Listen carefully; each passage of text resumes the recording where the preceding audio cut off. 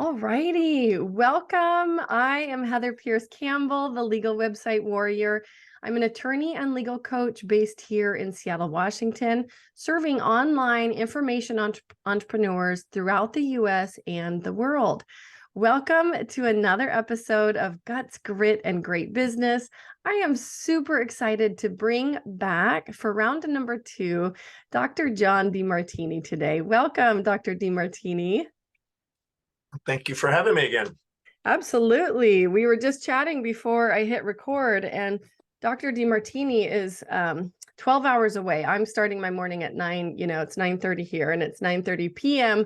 where he is, and he says he has about 5 or 6 more hours to go. So kudos to you really living and demonstrating your mission. And I remember that the last time we spoke, you commented at a point that made me laugh about other things you would outsource in your life if you could, but that you haven't done groceries or, this list of things since you were 27. And I thought, man, he really demonstrates his priorities. So I truly love that.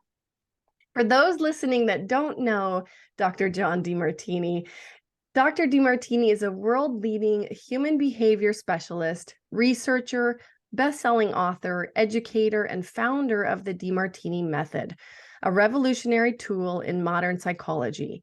He has authored 40 books that have been translated into 39 different languages and presented his insights alongside some of the world's most influential people, including Sir Richard Branson and Deepak Chopra.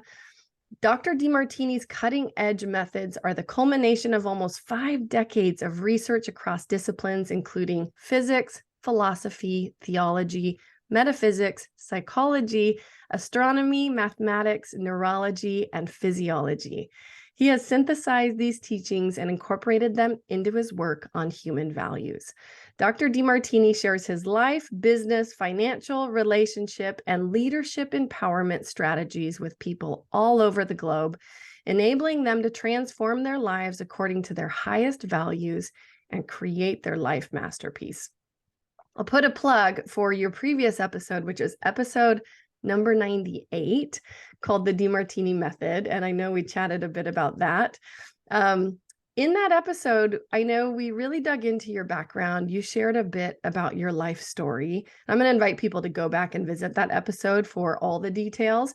But would you share a brief overview to catch some people up who are going to be new to you and your story and your work? Give us a brief overview of your background. I started out with learning challenges. I was told in first grade I would never be able to read or write, speak or communicate effectively, probably not amount to much or go very far in life. I made it through school with the help of smart kids by asking them questions, what words I could understand. I ended up dropping out. So I was a street kid starting at age 13. I was also a surfer. I picked up surfing in Texas, of all places, when I was 9. So 13, I was a vagabond beach kid and street kid. 14, I hitchhiked out to California and down into Mexico to surf. 15, I moved by myself over to Hawaii so I could ride big waves. Lived under a bridge and a park bench and a bathroom and an abandoned car and kept social climbing. And then nearly died at 17. And my life changed the night I met a gentleman who was speaking at a little yoga class that I had been told to go to. And in one night, that one man with one message in literally 1 hour just absolutely catalyzed a new shift in a belief that I could possibly learn to overcome my learning problems and to learn to read and someday become intelligent. Which I didn't think was ever going to happen. So after first failing, trying to go back to school, I made a decision that I was going to go and read a dictionary and overcome my dyslexia and learning problems. And with the help of my mom, I memorized 30 words a day until I had over 20,000 words in my head. And I started to excel. And then I just absolutely fell in love with reading and learning. and I've never stopped. Mm. And that was over 50 years. It's over 50 years now. And I was told I would never read, and I've now been blessed to read over 30,700 books, still counting. And I was told I would never write, and I've definitely written well over 100 books with all the textbooks and manuscripts and stuff. In fact, I just signed a 10-book deal just the other day. And they said I would never amount to anything. I've been blessed to be financially independent multiple times over. To never go very far. I've traveled over 20 million miles by flights, and I don't even know how many thousands of miles on my ship. And they said I'd never communicate. I've reached billions now with all the forms of media that are available to the world. So just in case anybody may be listening who was told whatever by somebody that you may have given authority to, the very thing that you've been told that you might not ever do may be the thing you're destined to do. In my case, at least, that's what happened. So I'm very grateful for my first grade teacher who told my parents that this was all going to not work out. I wish I could hug her, because I think that void was what I needed in my life. But today I just love researching, writing, traveling, and teaching. That's really pretty well all I do. I don't have much else I'm great at other than that. I'm pretty good at that. But the rest of it I delegate. Right. I even have a clock changer now. A clock changer. Oh, well, that point of delegating really stood out to me. I mean, I was commenting on it, here right at the start, and the just the clarity that you approach your life with. And I think one of your, I'm sure, many superpowers is really you're a master learner. You've synthesized all of this information, and an information that is that has come from some of the best teachers in the world, right? So your own, but many others too, including the greats. And I think, the massive benefit that people have who follow you, who read your books, is that synthesizing all this information down into something that is accessible, actionable, understand. Like, not everybody can do that. Not everybody can take, the amount of teachings that you have studied over the years, and I'll just call it synthesize, for lack of a better term. Was your desire to share it just based on your own transformational experience, right? Because I think some people are learners, but they don't have this massive desire to synthesize and distribute the information to other people. I don't remember what I said on the last one, so if I say something that's similar, please let me know. That's all right. But when I was the night I met this teacher that inspired me, at November 18th, 1972, he mentioned the word universal laws, and it sounded cool. I didn't know what that meant. I later, after I started to learn how to read and started reading dictionaries, I started looking at what exactly is a universal law. And it referred me to Aristotle's natural laws.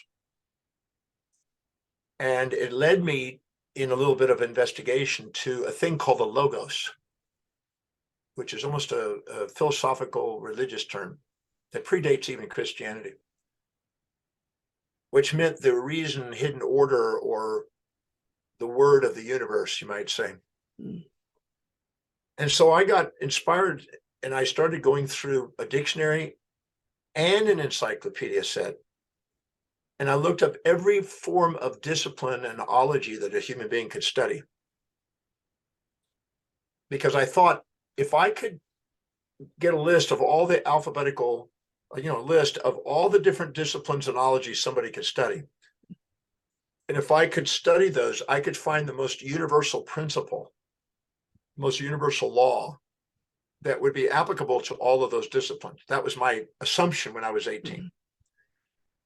So I made a list of all these disciplines, right? Astronomy, geology, mathematics, physics, chemistry. I mean, 300 of them I have now written about, studied, and outlined. Mm. And I made it a goal to read at least 100 books in each of them. That was the objective. Because I figured if I had 100 books in there, I would have the equivalent of a PhD in that area. Because that's basically what I found, particularly if you start overlapping and they start overlapping. Mm. So I had an agenda to try to devour that, learn that, and find the most common universal laws I could, universal principles. And there are definitely universal principles. One of the most significant one is the law of the one to many. From the one comes the many, from the many come the one. So if we put into astronomy, from the one to many, you have a point source of light radiating out to an infinite number of radii, one to many. Mm. But you can have that in reverse, another inverse square law. You can have gravity go from an infinite number of radii and come down to a point, like a singularity. So that law, the one to many, also applies to sociology, monarchy, democracy, or a dictator and a democracy, some kind of thing. It also applies to relationship. When you're dating the many, you're looking for the special one, but once you get the one, you wonder about the many. It's also called peace and war, unity, diversity. Mm. It's called anabolism, building something from many parts, and catabolism, taking the parts, breaking something down into many parts the other way. So this law of chemistry, attraction, repulsion, has many ways of overlapping it. So there's hundreds in the disciplines, there's hundreds of ways of saying that one law. Mm. If you understand that one law and trace it back in history to Heraclitus and Parmenides and some of the earliest Greek philosophers, and then over to Egypt and then to Samaria, you can see that it's gone all the way through time as far as its history, even into China and India and Asia. So I wanted to understand what are the universal laws to build a foundation of knowledge on that will stand the test of time. Mm. That way I could pass on something to my students that they could rely on, and that 100 years from now, that material that I presented will still be solid. I wanted to build something that I didn't want something fleeting. I didn't want some fad. I didn't want some fantasy. I wanted something that was solid that you could build and rely on. A principle. So that started off at age 18. Wow. I asked my mom, but right before my 19th birthday, I went to my mom, and she was so inspired that I during that year, I was learning how to read. You have no idea how much that meant to her too, and me. She helped me a lot. But she said to me, it's coming up on your birthday, because I was born on Thanksgiving Day, and Christmas coming up the next month. What would you like for your birthday and for Christmas?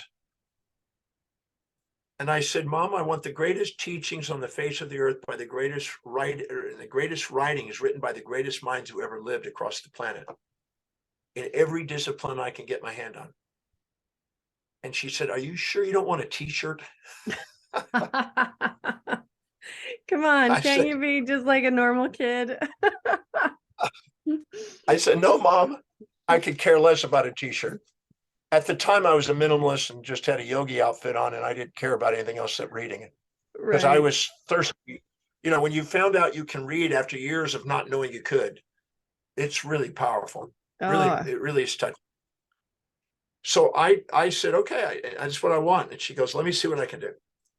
So she contacted my uncle, who was a professor at MIT, a chemist physicist, very bright guy, who I call him Uncle Ralph. He's passed away now.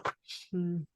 But as a gift, on a flatbed truck, he sent 2 giant 6 by 6 by 6 foot wooden crates to our house, filled with thousands of books. Mm. A friggin' library. You were speaking his language. Oh man, I went out there with a crowbar and opened up all those crates that they put onto the ground. And I carried as many as I could into my room, and I organized them in my room. And I had this friggin' library in my room. And I had this little yoga mat in the center, and I could face the sunrise for a sun salute. And I spent my days pretty well 18, 20 hours a day reading. If I was going to school, I'd read on the way there or back. I was reading every minute I could, trying to inculcate and, absorb and trying to find these universal principles. I believe that that people deserve to master their life. Mm. I wanted to be a master, whatever that meant. It sounded cool. So I started organizing life into the 7 areas of life: spiritual, mental, career, financial, family, social, and physical. I said, I want to know everything that we can humanly know about those areas. And I want to gather and organize and integrate information to help people empower all those areas. Mm. It's And so I've been for fascinating. 50 years Yeah, working on sorry. that. Well, it's amazing to me that, at a really pivotal point where you shifted from not being able to read your whole life to that point to suddenly understanding that you could read, to immediately, it sounds like immediately also having the belief that not only could you read, but you were going to teach other people. Like for you to even have that mission, you had a belief that you were going to take a message to the world. I'd like to share something that I just got last night. Well, it sits in my office, but my daughter sent it to me. And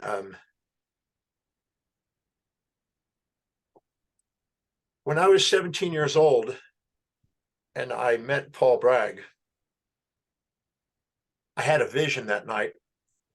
And I was presenting in Melbourne, Australia over a decade ago, one evening to about 1,600 people. And I was asked to share that vision. Mm. And I did. And I got in tears in my eyes when I shared it because it was such a meaningful moment. And a guy afterwards came up to me at the end of my talk, and he came up to me and says, I'm a painter. I would love to paint your vision. Oh, wow. So he did. And this is what he painted. Mm. Yeah. And for folks, if you are listening to the podcast, you can pop over to, because we also will publish this on YouTube, right? It's like, and if you want to describe it, Dr. Martini, it looks like you standing in front of a pulpit, right? And I know the focus is going a little bit in and out. I can't tell if it's people down below or if it's just a big open space. There we go. Oh, yep. I see that.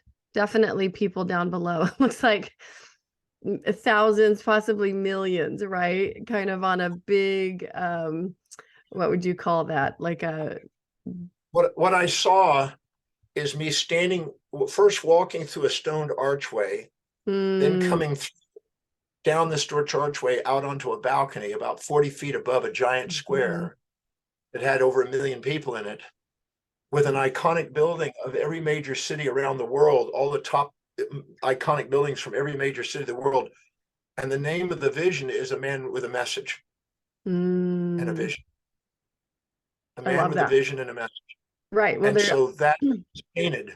It sits in my office. It's 5 foot by 4 foot. It sits in my office. Wow, it's big. Yeah. Well, there's some significant architecture happening in the background. I wasn't sure how to describe it because it looked mixed, but I was like, there's some Greek architecture in there, right? There was some phenomenal features. I love that vision. And it sounds like your goal was really, from the beginning, to help people lead magnificent lives. That's the thing that brings a tear to my eye every day. Mm-hmm. And my assumption is that's just based on how much you lived in struggle until that pivotal point of really shifting into your own individual magnificence. Well, I don't want to say I struggled. That wouldn't be exactly it. I didn't have learning. I learned how to surf. I got in surf magazines and surf movies and surf books, actually. Right. So no, you were on your own path. Maybe the more correct, like, is the perception, right? So somebody hearing your story about the early childhood, both physical and educational struggles, right? The independence, right? The running away from home, the living on your own, from an outward perspective, somebody might perceive some of that as not only a unique path, but maybe a uniquely hard one. Well, there were definitely moments. I mean, there's no food and you're panhandling and all that. But I can tell you that the educational experience of that and the people I met. I met Howard Hughes when I was 14 years old, and he gave me information that I was astonishing at 14. And he took me to a library and told me to learn how to read. Mm. Yeah. I met Timothy Leary at 14. I met some of the top surfers in the world. I met some celebrities. So there was adventure and there was pain and pleasure. There was all of it. I almost got stabbed. I almost drowned. I got shot at. I've had lots of experiences, but I don't want to say that it was suffering, because I was on an adventure that was at my own will to go and to surf. But I was an adventurous kid, and my dad did everything he could to try to prepare me for that. When I was 9, I had to work around the neighborhood to pay for clothing, food, and rent.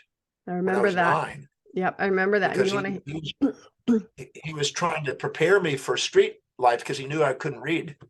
Yeah. So those are, so I don't want to say it was all painful, because it was an adventure, and there were a lot of shaky moments, but there was also amazing moments in my life. Right. So I can. Well, and especially in light of your wise and broad perspective now, I know you see the balance in all things, right? So of course, with your perspective, it's a balanced experience, which I think is a challenge for a lot of people to achieve.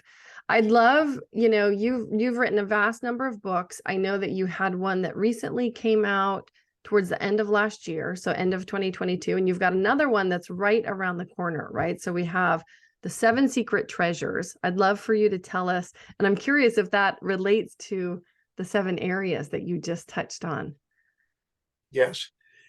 The 7 Secret Treasures is how to access the power you have inside for each of these areas. I always say any area of your life you don't empower, people will overpower you. So if you don't empower yourself intellectually, you'll be told what to think. If you don't empower yourself in business, you'll be told what to do. If you don't empower yourselves financially, you're told what you're worth. If you don't empower yourself in a relationship, you'll be honeydewing around the house. If you don't empower yourself socially, you'll be misinformed by social propaganda. If you don't empower yourself physically, you'll be told what drugs to take and organs to remove. If you don't empower yourself spiritually, you'll have some dogma from, a geocentric world of Aristotle or something in the past.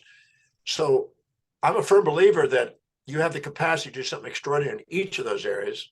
And when you ask men and women, what are they looking for in a relationship? They're looking for somebody that's fit, who's intelligent, that's ambitious, that has resources, that cares about them, that has social savvy, that's inspired. So the whole work is about that area. And so the 7 Secret Treasures is how to access the potential you have inside through living congruently and in alignment with who you authentically are, and following a mission that does inspire you, and prioritizing your life, and how you can empower all 7 areas of life doing that. It's not a huge book, but it's a concise book on practical things you can do to empower those areas. And it's already got nice little reviews. So I'm very pleased with it. I'm thankful that we're able to get it out. Yeah, I love that. Well, you said you are averaging 3 books a year, which is, phenomenal. I'm curious because assuming that the audience that you're speaking to, right? I work with entrepreneurs. A lot of them are very conscious entrepreneurs. But we still fall down, right? People still struggle, even when they are on the path of growth and seeking knowledge. Where do you see in your work? Because you speak people every day on these topics, right? And I know you lead seminars, and your mission is all about teaching, writing, and speaking. Where do you see people facing the biggest struggles? Where do we have opportunities to correct ourselves, even when our heart's in the right place and we want to be taking the right steps? The number one thing that I see people doing is comparing themselves to others. Instead of comparing their own daily actions to what they value most. So if an individual doesn't fill their day with high priority actions that are deeply meaningful and inspiring, that are fulfilling to them, their day is designed to fill up with low priority distractions that disempower them. And that's primarily because they've looked at somebody and thought they're more intelligent, they're more successful, they have more wealth, they have more, a stable relationship, they have more social influence, they're more physically fit or attractive, or they're more spiritually aware. And the moment they compare themselves to another individual and minimize themselves, particularly through social media, they'll beat themselves up. And then the moment they do, they'll tend to inject the values and inculcate what they think they ought to be and should be and supposed to be and got to be and have to be, and all these imperative inputs, instead of honoring who they are. And they'll cloud the clarity of who they are and hold themselves back, because anytime we're not living by high priorities, we procrastinate, hesitate, and frustrate, and we devalue and depreciate who we are. Or we go the other extreme. We meet people and we look down on them and think, I'm too proud to admit what I see in these mortals down below. And we exaggerate ourselves by looking down on people. And then we try to, you ought to be, and waste our time futilely trying to get other people to live in our values, or futilely trying to live in other people's values, instead of honoring our own and letting other people honor their own, and learning the art of communicating what you value in terms of what they value, so both people can win with a sustainable, fair exchange. And so people are comparing themselves to other people and trying to get others to live in their values, or they're trying to live in other people's values instead of honor their own. And that's one of these things that rob people of their magnificence. Because the magnificence of who you truly are, which means the expression of what you value most in your life, is far greater than all those fantasies of projection and injection that you might try to pose or impose. And so I tell people that, let's find out what you're committed to. Let's find out what your life is truly demonstrating you're spontaneously called to do. And let's honor that. So, and I love this because I've been through your values exercise, right? And if you're interested, we'll share links to Dr. Demartini's website. I believe it's right on the front page. You just scroll down and you can find more information about your values exercise.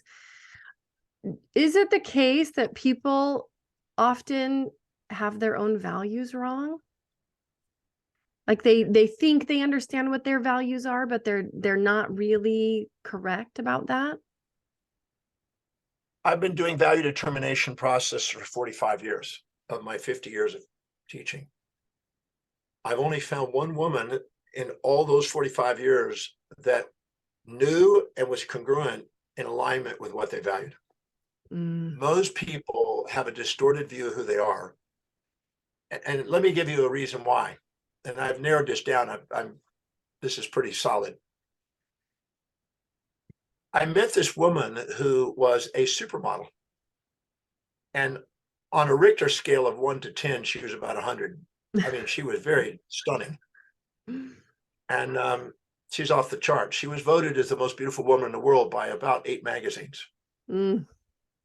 But when I had her come in as a client and attend some of the programs, she admitted privately that she had body dysmorphia syndrome. And she was minimizing her body and couldn't see her own beauty. And was wanting to do what she could to help other young girls who were having that, to help them. And we narrowed it down, and we also dissolved it by doing the method that I developed. What she was doing is, let's say there's a dozen women in a runway and a modeling. And she saw somebody that had thicker hair than her. Now, the overall picture, if we took the thighs and the breast and the buttocks and the abs and the eyes and the face, you take the entire package, the girl doesn't overrule her, but her hair is thicker. So she targeted that one little bit, and she minimized her hair. Even though she had beautiful hair, it wasn't as thick and as shiny as this girl's. So she was concentrating on the infatuation with that one piece of that girl, even though other parts were not subordinating to, but she isolated them. And then she was going over here and saying, well, this woman's thighs are better. And this one's eyes are better. And this one's cheeks are better. And these are lips are better. And what she was doing is isolating and infatuating with all those parts and not acknowledging her own beauty. And so this is called body dysmorphia. And this goes both ways. You can exaggerate yourself. I'm sure everybody's met somebody that thinks they're stunning, and you kind of go, really? And you see it the other way. But this occurs in every area that we do that to. So if we meet somebody that thinks more intelligent than us, we can be intimidated and beat ourselves up because we don't think we have that knowledge, whether they're faster thinkers or whatever, or faster retaining information, or quicker wit. Or we might do it in business. Look at what they've accomplished. And I don't have a big business. So anytime you go around the wheel of those 7 areas and exaggerate somebody, you're going to get a dysmorphic perspective of yourself. Or if you look down on somebody, you're going to exaggerate. Anytime you exaggerate or minimize yourself relative to other people, you just dissolved your authenticity and put on masks and personas and facades. And there's no way the facades will ever be as empowering as the authentic you. So the comparison is what undermines the power of people. And we go around and we're taught we need to be like that person, be like your brother, or be like this. But everybody has a unique set of values and priorities in their life. And whatever's highest, I'm pretty good when it comes to human behavior. But when it comes to IT, I'm like an idiot. When it comes to cars, you've got a clock changer. I'm joking. If you said go change that tire, I'd go, let me call my tire changer. Right. It's good to know those people. Yeah. So I learned to delegate anything that's not highest on your value that ever requires a outside motivation to get you to do it. So that's why I only stick to my competencies and I let go of the others. But in those areas, I'm kind of like an idiot. So I'm pretty brilliant in one area, but I'm an idiot in most of the other areas.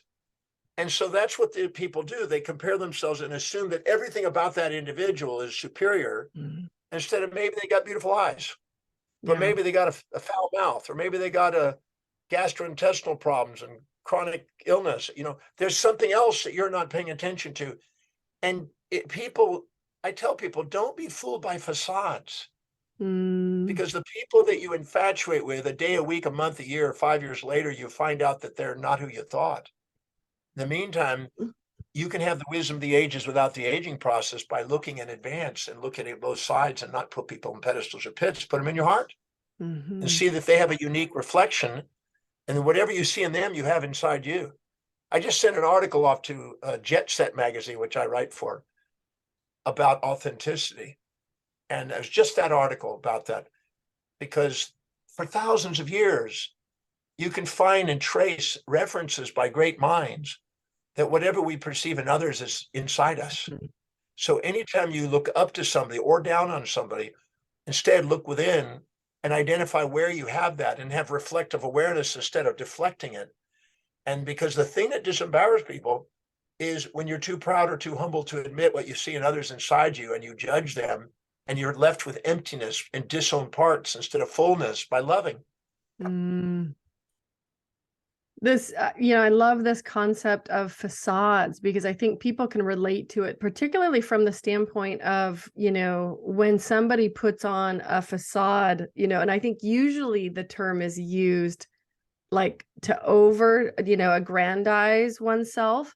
But what I'm hearing you say is that the facade could also be in the reverse direction, right? That you look up to somebody to the point where you are minimizing yourself in a particular area, which is also a facade because it's not the true representation of you. Exactly.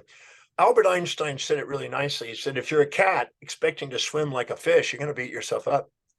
And if you're a fish expecting to climb a tree like a cat, you're going to beat yourself up. But if you honor who you are, you're going to be great at climbing the tree or swimming. Now, in my case, I'm not good at either. Well, swimming, I'm done pretty good at, and I used to climb trees, but that's not fresh. I can sit in front of my computer and I can type today. So, right, you get to do it from wherever you are in the world, right? Which not everybody gets to do. Yeah, right now I'm sailing between the Seychelles Islands and passing Saudi Arabia outside the window and on my way to Oman. So I'm sailing right now. So you may see some movement on these curtains where it's pretty stable. There's not a lot of waves tonight. There's just a bit, or maybe just a few feet. So it's mild. No, I love that. Well, I think it's really important for us all to increase our awareness around this. And it's a process, right? It's a journey. I'm sure we have opportunities every day to notice when we're doing these things. Your final point about really getting to a place of love, which is, I think, where all healing happens, right? It's how we can also soothe our nervous systems. Even before going live, I was talking about how COVID has really done a number on people's nervous systems from the standpoint of the layering on of stress for so many over what already might have had, before COVID, baseline levels of stress that were too high, right? And at least in my own learning journey, like last year, even my own physical journey around health, working with a doctor who's very much, he started off as a chiropractor, but he has said, look, there's two modes for the physical body. There's stress mode or healing mode. And he said, the way you get from stress mode to healing mode, I mean, it really, in my interpretation, what he's saying is this simple, is forgiveness. Healing mode is love. Stress mode is the absence of love or the absence of forgiveness. And our bodies can't heal when we're in fight or flight. We can't heal when our nervous systems are just overcharged. And he said 97% of people are walking around every day in their life with nervous systems that are on fire. Well, I like to think of when you say, I use the word forgiveness in this context. Thank you for giving me this experience. Because anything that you don't see on the way is in the way. Yeah. And anything you can't say thank you for is baggage, not fuel. Yeah. And once you see that it's on the way, there's nothing to forgive. There's something to be thankful for. So thank you for giving me this experience. I love that. Well, and particularly, I think, having been through the Demartini method myself, this whole, and I think there's other modalities, but you do it in a really unique way. The rebalancing, right? And again, I'll invite people back to that first episode. We will share links to it because I'm sure that the Demartini method also shows up on the front page of your website. To go walk through that exercise around anything that you are particularly triggered by, right? Repelled by or pulled towards, right? Either way. It's a super powerful rebalancing exercise that for me always results in a more peaceful end point, right? A place where I can see the benefit of the challenge, the block, whatever I was previously carrying around before. Exactly. Well, the method is designed to transform apparent chaos into the hidden order, because there's a hidden order in life. We just don't see it. Yes. And anything we infatuate with or resent or seek or avoid or have an impulse or an instinct to or fro will occupy space and time in our mind and run our mind as brain noise until we turn it to love. And then we finally have the silence, the golden silence of wisdom. I love that. Brain noise to wisdom and the golden silence. I know we've just got a few minutes left. We're going to share links to each of these resources that we mention here in the show. You've got another book coming up that is either in pre-release or about to be released called The Resilient Mind. Right here, I can't not mention that, running a podcast called Cuts, Grit, and Great Business. Right, talk to us a little bit about your thoughts on resilience and what the resilient mind is about. Well, let's have everybody imagine a magnet here. This is a pin, but let's imagine having a positive and a pole, a negative pole. And And most people think, I want to avoid this and seek this. Mhm. Right? I want to avoid this pain and seek this pleasure, avoid this negative, seek this positive, avoid this challenge, seek this support, avoid this predator, seek this prey kind of thing. Mhm. That's an amygdala response in the subcortical area of the brain. That's what it does. It's a survival response. And the more positive it is, the more you fear its loss. And the more negative it is, the more you fear its gain. So if you're completely neutral, you don't have a fear of loss or gain. Mm. But the second you make it a little positive, you got a little fear, a little negative, a little bit of fear, avoiding or seeking it. The greater the polarity, the greater the monopolar perspective, the more phobia you generate in your life and the less resilient you are in your life. So my method and the book, which has the method part of it in it, is designed to take things that are highly polarized, which is what the amygdala does. See, the amygdala has to subjectively bias things with false positives and false negatives, seeing something that's not there that is, or seeing something that's not, that is there that's not. It has to polarize that in order to get the adrenaline running to capture prey and to avoid predator. So it has to accelerate it and exaggerate it to catch the prey and to get rid of the predator. So if we're in survival mode, we get into highly polarized, very rigid, very black and white, very fundamental, very biased, subjectively biased states. Mm. And when we do, that black and white is hard to let go of because it's an addiction, or run to avoid, which is a subdiction. So you don't want to be around this, you want to be around this, you don't want to lose this, you don't want to be around that. So your mind is preoccupied by anything you infatuate or resent. And that's why I say anything you infatuate or resent distracts you. In Buddhism, the Buddhists said the desire for that which is unobtainable, a positive pole of the magnet by itself, Mm. and the desire to avoid that which is unavoidable, the negative pole of the magnet by itself, is a source of human suffering. Mhm. So the book is the science, and I mean science, it's a duplicatable science, and how to go from this polarized state, which we're being dominated by the survival mode, which is the distress mode, because that's what Mhm. distress is. According to the gentleman Claude Shannon in his information theory, disorder, stress disorders, are incomplete information. It's entropic. So if you're Mm. infatuated with something, you're unconscious of the downsides. If you're resentful Mhm. of something, you're unconscious of the upside. Whatever you're unconscious of, you're ignoring and blind and missing information on.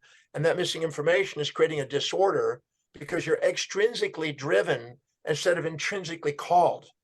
But if I can show you how to find the upsides to what you think is down and the downsides to what is up, and I can balance that and bring you back into neutrality, which is objectivity, not subjectivity, and now reason instead of emotional responses, I can take you to systems two theory, thinking process, and awaken the executive center and the gratitude center, and on your way to mastery. So Mhm. that's what the book's about. The book is on how to methodically, scientifically transform misperceptions that are survival oriented, which I call disordered or apparent chaos, and Mhm. turn it into the hidden order, where you have Mm. ordination instead of subordination or superordination. Because when you infatuate, you subordinate to them. When you resent them, you superordinate to them. When you love them, you ordinate and you have order. And now you've got the hidden order in your life. So the book is a very powerful book on how to dissolve anxieties and distresses and to give yourself permission to be resilient and do something you really love in life. Mm. Well, and as you were describing, right, this push-pull kind of effect of which I think we all can relate to in one or more areas of our life, wanting this versus not wanting that, or, however it shows up. But I think of particularly when it comes to resilience and these last few years, people who have been living in distress, and talk to us about, and it sounds like to me it's the same, all paths lead back to this same exercise and understanding, right? Like if somebody is suffering from depression, which I know already entrepreneurs suffer at a higher rate than the general population, right? And then you layer on the pandemic, right? Some other experiences, life experience, business stress, etc. Is resolving depression the same route? Yes, I define depression. the pharmaceutical industry kind of got busted a few months ago. You may have seen that because their biochemical model got busted. They found out it was not accurate and not exact. And it's a false causality. It was all over the news, and they did everything they could to suppress it, but it was there. And you can look it up and find it. I stay off the news, But and so that's why I'm like, so this is but what I see is that the pharmaceutical industry had promoted the idea, well, you have a deficiency of some sort of chemistry in the brain, and so we're going to help you replenish it. But I've had the opportunity to work with thousands, not hundreds, thousands of people that have been clinically depressed. Mm-hmm. And I see them every week.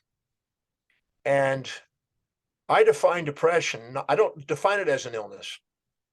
I define it as a normal biological response as a compensation for addictions to fantasies, unrealistic expectations, and delusions about how life's supposed to be. So it's your friend, not your enemy. And people go, what? But let me give you an example, because I've dissolved fantasies in people, and their depression disappears immediately.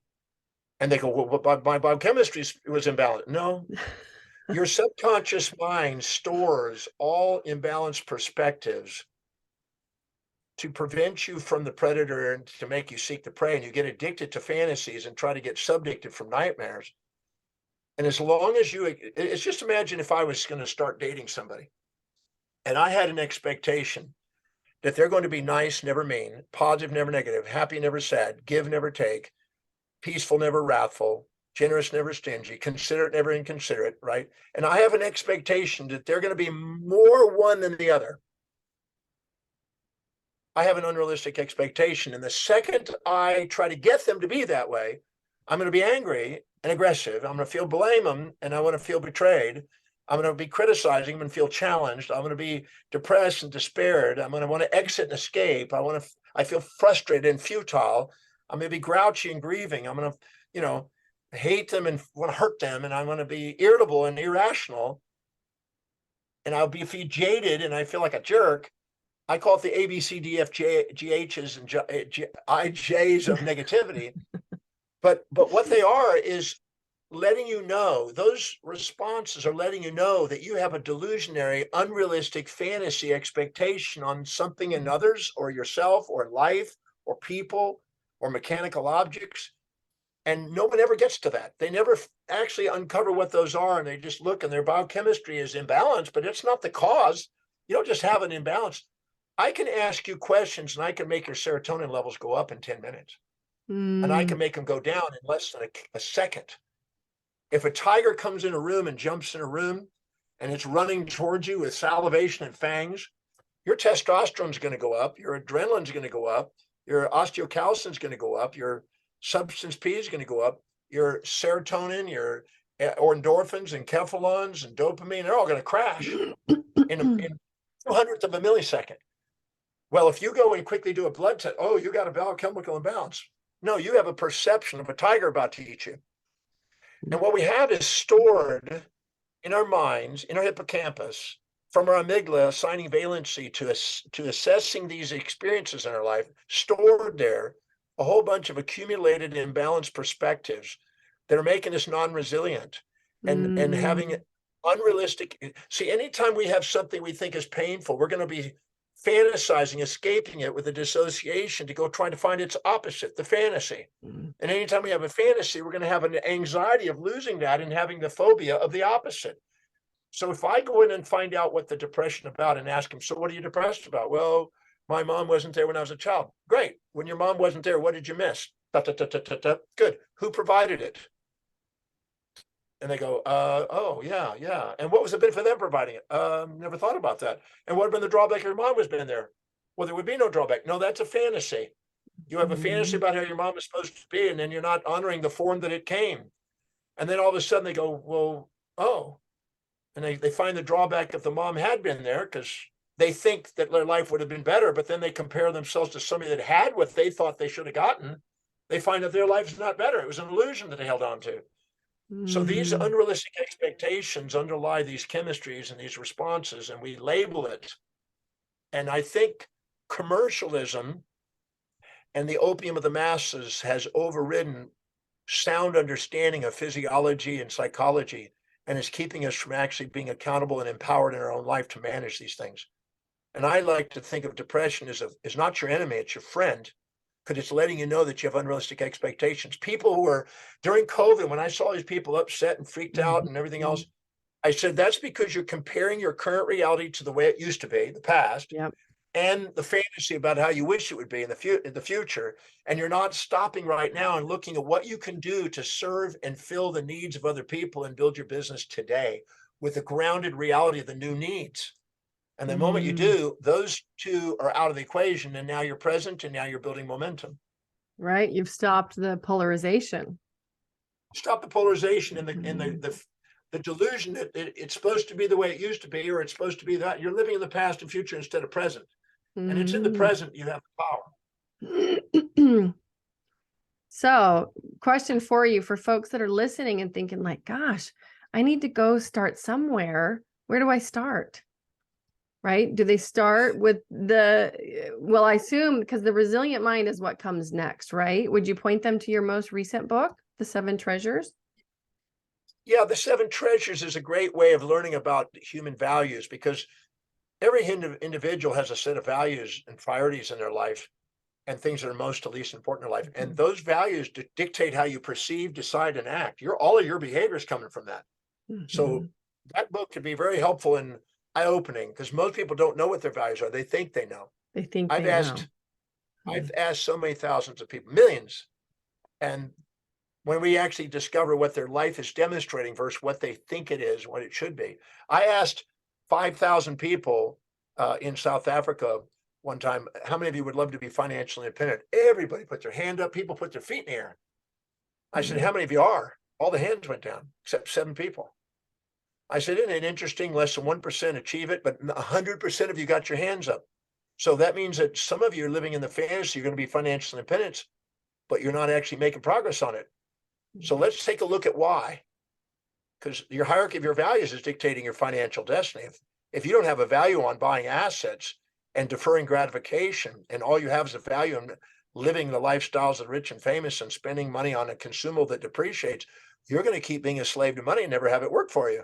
But people don't get that. And so they hold on to the fantasy because they envy these people on TV, the celebrities or whatever, and then they incult that in their life, and then they beat themselves up. Why am I not like that? Why is I not like that? And then they're miserable and they're comparing instead of looking of how their life really works and what's really important, and not trying to set goals that are incongruent with what they truly value and what their life demonstrates they're committed to.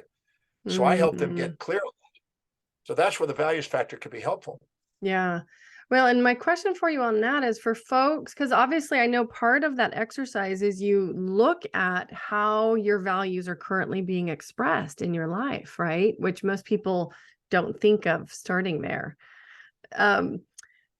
What about for folks who are not currently living in alignment with their values? Does that matter? So folks that are feeling frustrated, thinking like my life is not reflecting my true values. Talk to us about how your values exercise. It's impossible. That's what people don't get. What they do is what they think their values are. So that's where the discontent. That's what the problem is. That's where the discontent comes in. I just worked with a lady last night until 1:32, almost 2 o'clock in the morning, who thought this was important to her. And I said, well, let's just go through some checklists and see if there's any evidence of that. And the evidence was flimsy. And this is the fantasy that people have, because they envy other people and they go, I want to be like that. And so they just artificially say, well, that's my values, I'm going to go up there. And then there's no evidence that they're actually really living that. And many people say things, but that's not what I go by. I don't go by what people say. I go by what they live. And I go by what they want to talk about, not what they say that's important. Big difference. So I look at because I started doing value determinations in 1978. And I looked at every available thing that was in the marketplace on it. And most of them were autocratic expectations about how you should be, supposed to be, need to be, the moral way, this moral hypocrisies promoted by politicians and religions, most of it, that is not even livable. No human being can live by those things. And that's why people say, well, I'm not perfect, but nobody's perfect. you know, well, maybe you are perfect. Maybe having both sides of life is the perfection that you haven't honored yet. Trying to get rid of half of yourself is not going to help you love yourself. And trying to Yeah. be only one-sided is not going to happen.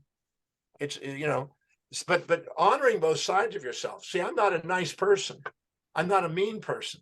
I'm an individual with a set of values. And if you communicate and support my values, I can be nice. But if you tell me, oh, I'm sorry, but even though you got a first class ticket and you have 10 million miles on our airlines, we've somehow missed your flight and you won't have a seat today.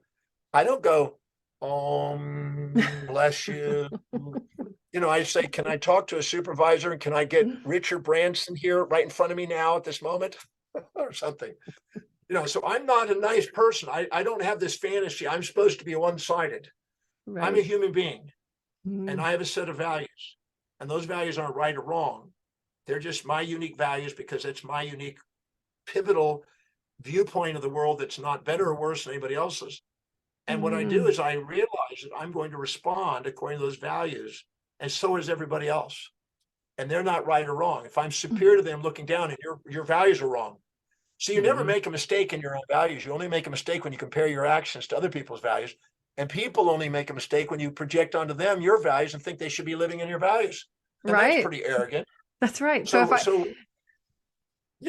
not interested in that. Most people don't know what their values are, and they're constantly injecting values or projecting values and having futility.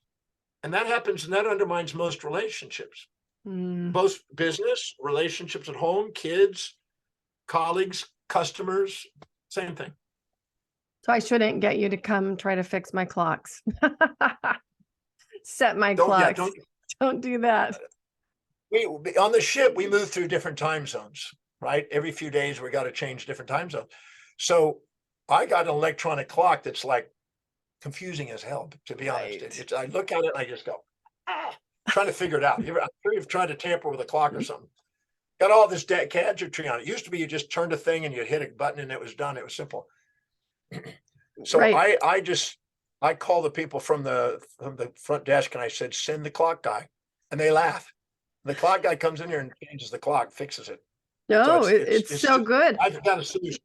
I get it. Well, how many of us have ever gone to a hotel where they have a clock sitting on and somebody has preset the alarm and it goes off at some ungodly hour and you can't get it to stop? Yes. Like, even if you consider yourself like fairly digitally adept, it's like, no, I end up just unplugging it from the wall. So I get it. I get the whole clock analogy. Dr. Demartini, probably the only person that has a clock changer delegation. It's so good. It's so good that you identified that as a need and something you were going to delegate, and how grateful are we that there's somebody there to do that, right? Well, he's grateful for job security. Right. Yeah, exactly. I don't think you're going to wake up one day and want to set your own clocks, right? Well, Dr. Demartini, it's such a pleasure to see you again. I'm so excited for all the people that get to hear your message and get impacted by your work through your speaking, your writing, your joining us on podcasts. I really am grateful for you coming back today and talking about some of your additional books and sharing your message. Thank you. I appreciate the great questions and the fun and the dialogue we have. Thank you. Of course. Well, best wishes. I loved also that painting. It was beautiful. For folks that are listening, pop over. I'm going to share Dr. Demartini's website, the links to the various resources that we've talked about. Dr. Demartini, what final thought would you like to leave people with? Well, today's Valentine's Day. I don't know if that's the day that it's going to be showing, but this is Valentine's Day. It may have messed up everything I just. No, it doesn't. It doesn't. It's still going to be super relevant. So proceed. Yeah. But even though every day is Valentine's Day, if you're living authentically, there's nothing wrong in getting a reminder at least once a year to go through and do an inventory of the people that have contributed to your life and say thank you. I love you. I don't know too many people that have anything other than a grateful, cheerful thank you back when it's sincere, open-hearted thank you, I love you to somebody. That's beautiful. So that's a great way to clear the mind, allow it to be focused on what's really important, priority.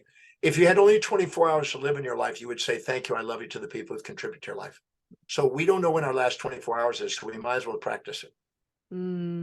It's such a beautiful reframe for Valentine's Day as well. But you're right, any day. Thank you, Dr. Demartini. That was a powerful share. Really appreciate you. Thank you.